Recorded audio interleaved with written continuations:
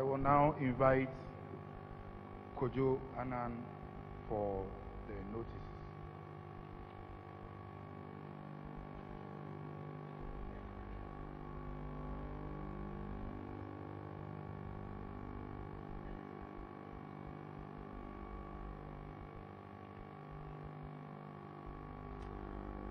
Before the notices, I'll say a few words about my father. It's an honor for me to be here today paying tribute to my father, just as it was an honor and a privilege to have him as a father for the past 45 years. To the rest of the big world, he was Kofi Annan, global statesman par excellence. To me, he was simply Daddy, my hero. Over the past few weeks, much has been said about my father as a statesman. Today, I want to share what he was like as my daddy. Daddy's singular gift was that he believed ferociously in humanity's potential. He believed in our ability to see past superficial differences and embrace our common destiny to create a world more equal. He believed in everyone's ability to achieve extraordinary things if they were simply given the opportunity. And he believed in the redeeming power of love. He believed in that for all of us, and he believed in that for me. When I was 7 years old, as you've heard, I lived alone with Daddy in Geneva. I repeat, alone. It was a relatively novel for a traditional African man to be raising a kid solo, but Daddy made it work, and he made it great, even while juggling senior-level responsibilities at the UN. When I had peritonitis and needed emergency surgery, within a day, Daddy dropped everything and was by my bedside. When things fell apart in my life, Daddy would put me back together piece by piece.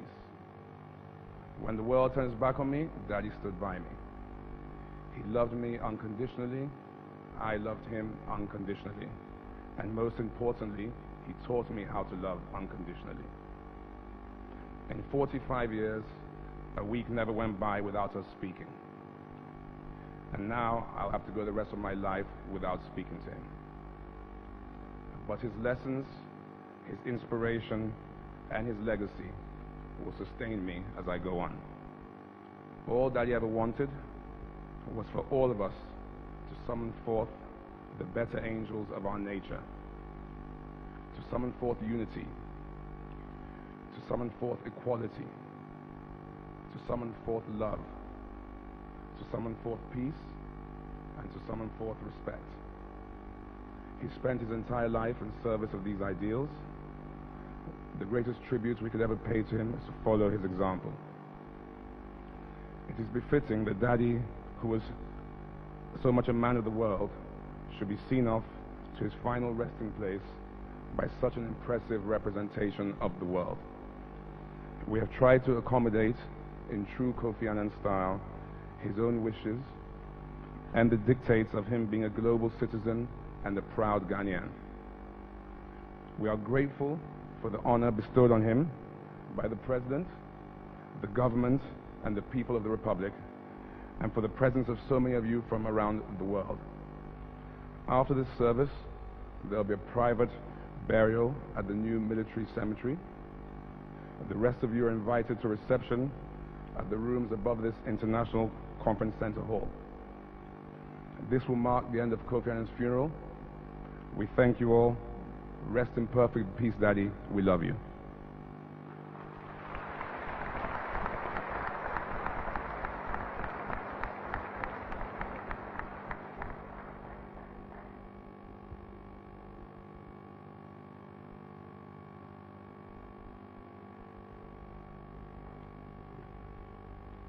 Please.